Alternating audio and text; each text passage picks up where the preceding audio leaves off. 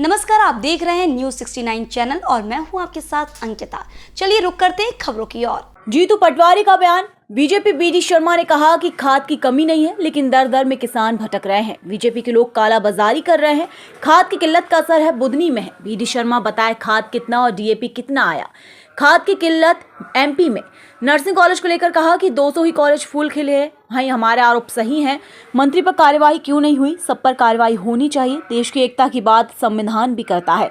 BJP सामने से नहीं पीछे से देश को तोड़ने की बात करती है। भारत महान शक्ति है। राजीव ने नारा दिया था कि हमारा देश महान है। वहीं उमंग सिंगार ने कहा कि ऑफर किया उसमें सच्चाई है। रामनिवास गए तो लेन देन हुआ ही होगा। बीजेपी का यही काम है, खरीद फरोख्त करना। निर्मला सप्रे रोज इधर उधर करती हैं, क्यों उनका इस्तीफा नहीं लिया जा रहा है? ऐसा है, नेता प्रतिपक्ष जी एक जिम्मेवार पोस्ट पे है और मुख्यमंत्री के अपोजिट एक तरह से सदन में हमारी बात रखते हैं।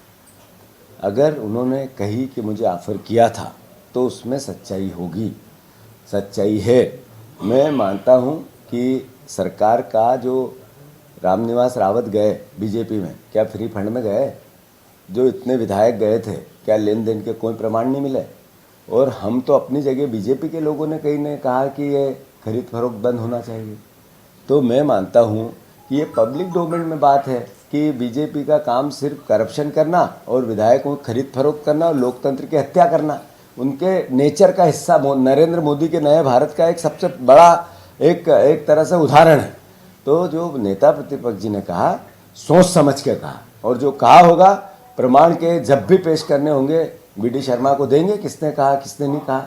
बीडी शर्मा जी अपनी पार्टी का हिसाब ये दे कि आपने इतने विधायकों की दल बदल कराई। एक विधायकों को, वो निर्मला सप्रे, वो आपके मंच पे गई, फिर इधर आई, फिर उधर गई, फिर इधर हुआ, फिर उधर हुआ, तो रोज बयान दे रही है। क्या है ये? खरीद फरोख्त नहीं है तो क्या है? लोकतंत्र की हत्या नहीं है तो क्या है?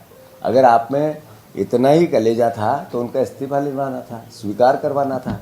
हमने स्वीकार करने के लिए शिकायत की, आपकी पार्टी के हैं विधानसभा अध्यक्ष, उनने क्यों अस्वीकार कर दिया? हमें कोर्ट क्यों जाना पड़ रहा है?